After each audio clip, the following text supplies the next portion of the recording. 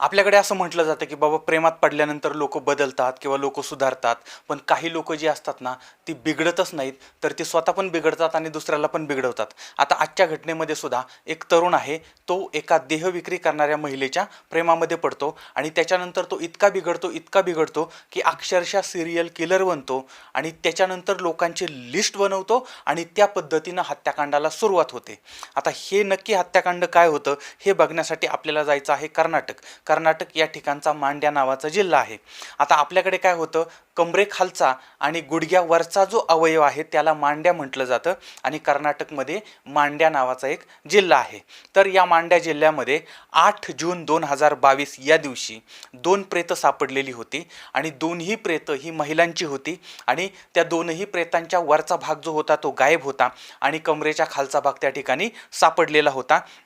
आता याच्यामधलं एक प्रेत जे आहे ते प्रेत के बेट्टनहळ्ळी नावाचा भाग आहे, त्या ठिकाणचं बेबी लेक हा जो कालवा आहे त्या कालव्याच्या भागामध्ये सापडलेलं होतं आणि त्याच्यापासून 25 किलोमीटर अंतरावरती दुसरं प्रेत हे अर्किरे गाव आणि CDS कालवा जो आहे त्या भागामध्ये सापडलेलं होतं. आता पोलिसांनी ह्या दोनही प्रेत जे आहेत त्यांना ताब्यात घेतलेलं आहे, तपासाला सुरुवात केली होती. आता या ठिकाणी काही गोष्टी समोर येत होत्या, त्याच्यामध्ये या दोनही महिलांना मारणारा मारेकरी जो आहे तो एकच असला पाहिजे, कारण दोन्ही प्रेतांना सारख्याच पद्धतीनं मारण्यात आलेलं होतं आणि मारेकऱ्याला या महिलांबद्दल प्रचंड राग आलेला असला पाहिजे आणि त्यामुळे त्यानं अत्यंत निर्दयपणे त्यांची हत्या केलेली होती. आता या दोन हत्यांमुळे त्या परिसरामध्ये प्रचंड खळबळ उडालेली होती आणि पोलीस तपास करत होते आणि त्यांना मात्र कोणतीही लीड मिळत नव्हती किंवा कोणताही पुरावा पोलिसांच्या ताब्यात मिळत नव्हता.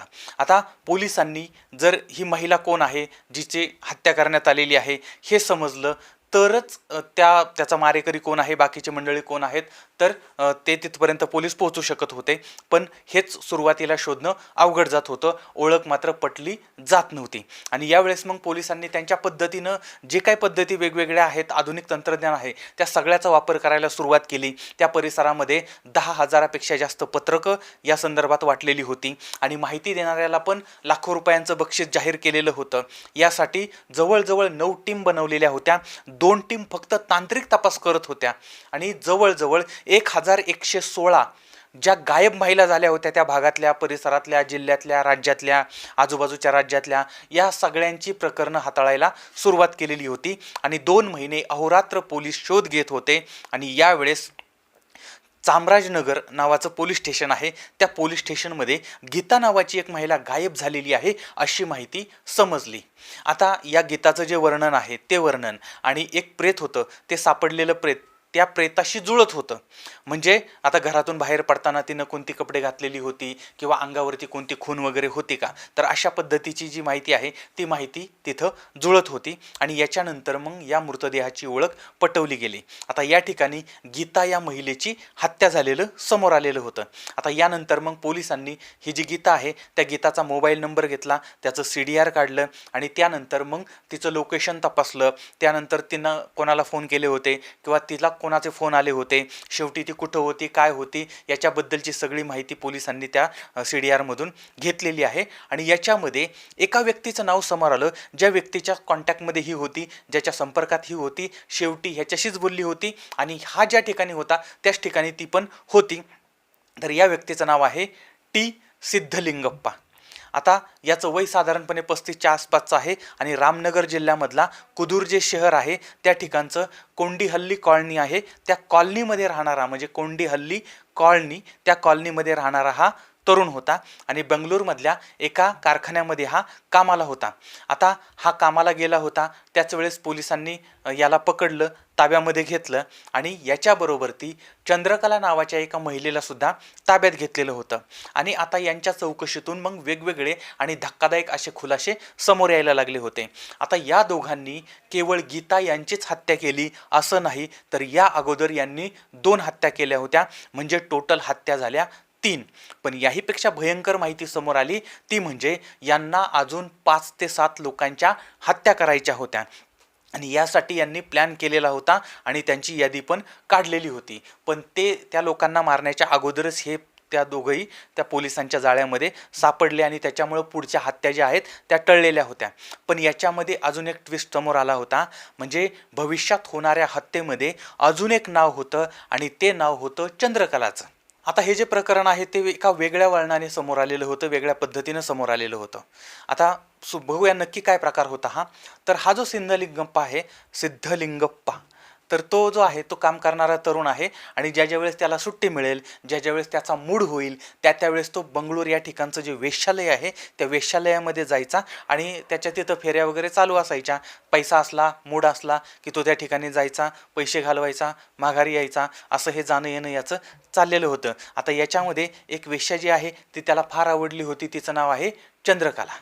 आता ज्यावेळेस तो वेश्यालयामध्ये जायचा त्यावेळेस तो चंद्रकला जी आहे त्याच्याकडे आवर्जून जायचा आणि मग ते दोघांच्यामध्ये एक वेगळं नातं तयार झालेलं होतं आणि हळूहळू हे दोघंजण एकमेकांच्या प्रेमात पडलेले आहेत आणि नंतर आता प्रेमाचा, राजखुशीचा वगैरे मामला हा सगळा चालू झाला होता. आता एक तरुण आणि एक वेश्या यांच्या प्रेम प्रकरणाला सुरुवात झाली.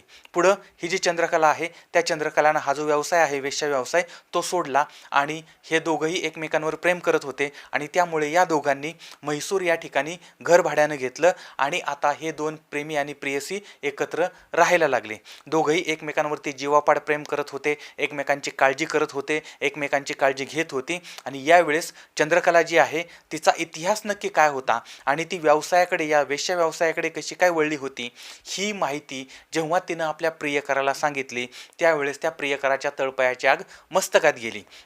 मांड्या जिल्ह्यामधलं पांडवपुरा हा जो भाग आहे त्या भागामधलं हरवू नावाचं गाव आहे. आता या गावामध्ये राहणारी ही चंद्रकला आहे. आता ही एक गरीब परिवारामध्ये जन्माला आलेली पण दिसायला अत्यंत सुंदर अशी ही तरुणी होती. आता तिला घरची परिस्थिती गरिबीची होती, त्यामुळे तिला पैशाची गरज होती आणि मग तिला पैसे मिळवण्यासाठी काहीतरी नोकरी वगैरे पाहिजे होती आणि यासाठी मग तिनं एका महिलेच्या बरोबर ती बंगलोरमध्ये आली आणि आल्यानंतर मग तिला अतिशय वाईट अनुभव यायला लागले, चुकीचे अनुभव यायला लागले आणि लोकांनी हिला मदत करण्याच्या ऐवजी, हिला नोकरी देण्याच्या ऐवजी तिच्या मजबुरीचा फायदा घ्यायला सुरुवात केली आणि अनेक महिला आणि पुरुषांनी हिला वेश्या बनायला भाग पाडलं आणि त्यानंतर तिचं आयुष्य बदललं आणि आता ती वेश्या व्यवसाय करायला लागली होती.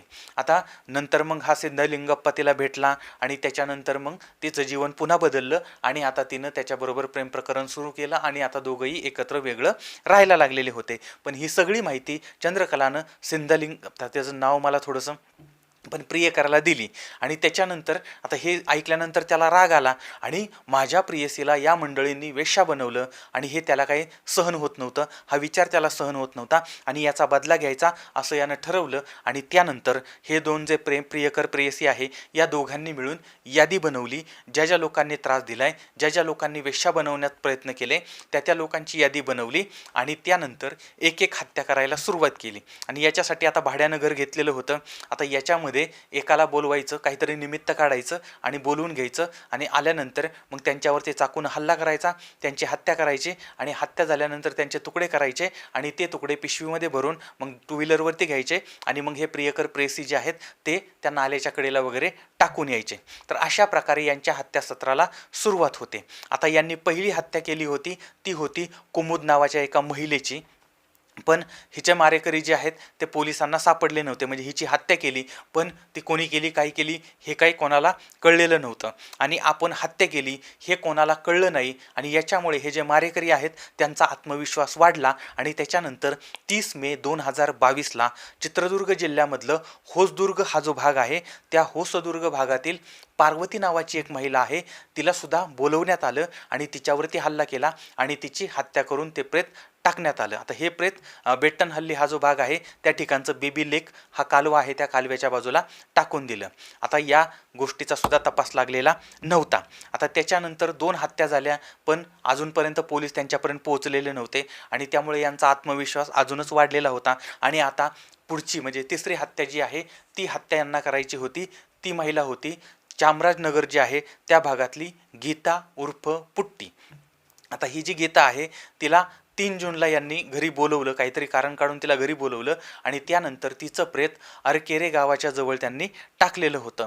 पण ते प्रेत टाकलं आणि त्याच्यानंतर मात्र प्रचंड खळबळ उडालेली होती आणि त्यानंतर मग सगळीकडे हे अशा पद्धतीनं प्रेत सापडलं. एक 25 किलोमीटर अंतरावरती सापडलं. त्यानंतर काही दिवसांनी दुसरं एक प्रेत सापडलं आणि याच्यामुळे काय झालं, पोलीस ॲक्टिव्ह झाले होते. युद्ध पातळीवरती तपास सुरू झालेला होता आणि याच्यामुळे मग या प्रियकर प्रेयसीला आता वाटायला लागलं की आपण परफेक्ट प्लॅन केला होता, मर्डर प्लॅन केला होता, आपण सापडू शकणार नाही. पण आता सगळा गोंधळ चाललेला आहे, त्याच्यामुळे आपण हे करूया, म्हणजे आपण थोडं शांत बसूया असं त्यांना वाटलं आणि त्याच्यामुळे ते शांत होते. पण आता एका बाजूला हा सगळा तपास चाललेला होता, सगळा विषय चाललेला होता, पण चंद्रकला जी आहे ना, ती चंद्रकला हिच्यामुळे आपला भांडाफोड होऊ शकतो असं या प्रियकराला वाटायला लागलं. कारण आपण तर 2-2, 3-3 हत्या केल्या तरी सापडलो नाही, पण ही महिला जी आहे ती महिला कदाचित ती पोलिसांनी जर पकडलं तर ती सांगू शकते, भांडाफोड करू शकते किंवा बऱ्याच गोष्टी, त्याला तर त्याची शंका यायला लागली. आणि यामुळे मग या प्रियकरानं ठरवलं, म्हटलं की आता बाद झालं, ह्या 3 जणांना मारलं आणि आता प्रियसीला सुद्धा मारून टाकायचं, चंद्रकलेची सुद्धा हत्या करायची, म्हणजे ह्या 3 हत्या आणि ही 4थी हत्या, 4 हत्यांचा पुरावा कोणालाच कळणार नाही, काही नाही, अशा पद्धतीनं यानं ठरवलं.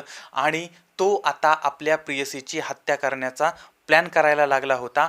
पण त्याच्या अगोदरच पोलिसांनी त्याला पकडलं, त्याच्यापर्यंत पोहोचले आणि चंद्रकला आणि इतर जी मंडळी आहेत त्या मंडळींचे प्राण या ठिकाणी वाचलेले आहे.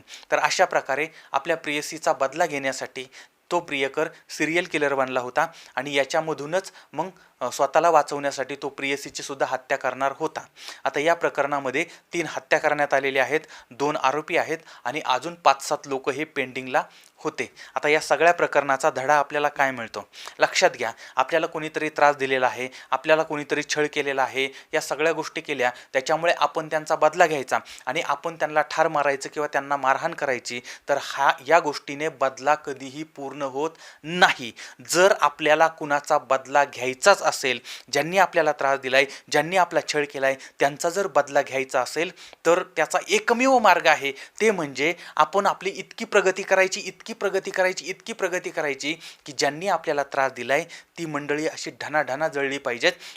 म्हणजे त्यांना त्यांच्यापेक्षा मोठं होऊन दाखवायचं, त्यांच्यापेक्षा पैसा जास्त कमवायचा, त्यांच्यापेक्षा नाव जास्त कमवायचं, त्यांच्यापेक्षा जास्त यशस्वी व्हायचं, हाच सगळ्यात मोठा बदला होऊ शकतो. पण या ठिकाणी मात्र या मंडळींनी चुकीच्या पद्धतीनं बदला घेण्याचा प्रयत्न केला आणि यांनी दुसऱ्याला बर्बाद केलं, पण स्वतःचं आयुष्यसुद्धा या मंडळींनी बर्बाद केलेलं होतं. त्याचबरोबर ती बघा, आता ही जी चंद्रकला आहे त्या चंद्रकलेला वेश्या बनवण्यात आलं, तिनं प्रचंड हालामध्ये दिवस काढले, कष्टामध्ये दिवस काढले. पण आता प्रियकराच्या बरोबर तिचं आता लग्न झालं असतं, ती सुखी झाली असती, तो सुखी झाला असता, दोघांचाही चांगला संसार झाला असता आणि हा जो सिंधलिंगप्पा आहे तर त्याचं सुद्धा म्हणजे त्यांचाही सुखी संसार झाला असता, म्हणजे दोघांचंही चांगलं झालं असतं, सुखात झालं असतं. पण या मंडळींनी म्हणजे ह्यांनी प्रेम केलं, यांनी पुढं लग्न केलं असतं, ह्याच्यात काही चूक नाही आहे, पण ह्यांनी जो मार्ग निवडला होता तो मार्ग सगळ्यांच्याच बर्बादीचा होता. या सगळ्या घटनेवरून आपल्या लक्षात येतं की आपण जर हिंसाचाराचा मार्ग पत्करला, कुणाला तरी मारायचं अशा डोक्यामध्ये काय ठेवलं तर मात्र आपण बर्बाद होतोच होतो, दुसऱ्यालाही बर्बाद करतो आणि आपलं पूर्णपणे आपण नुकसान करून घेतो. त्यामुळे या गोष्टीतनं दूर राहणं हे अत्यंत गरजेचं आहे, कारण जे लोक दुसऱ्याच्या वाईटाचा विचार करतात ते स्वतःच त्या खड्ड्यामध्ये पडत असतात. हा नियतीचा न्याय आहे आणि मग तो लवर असो किंवा तो किलर असो, कुणीही असो, सगळ्यांना या ठिकाणी नियती समान न्याय देत असते. आता याबद्दल तुम्हाला काय वाटतं ते सुद्धा मला जरूर कळवा. पुन्हा भेटूया उद्या रात्री, तोपर्यंत धन्यवाद.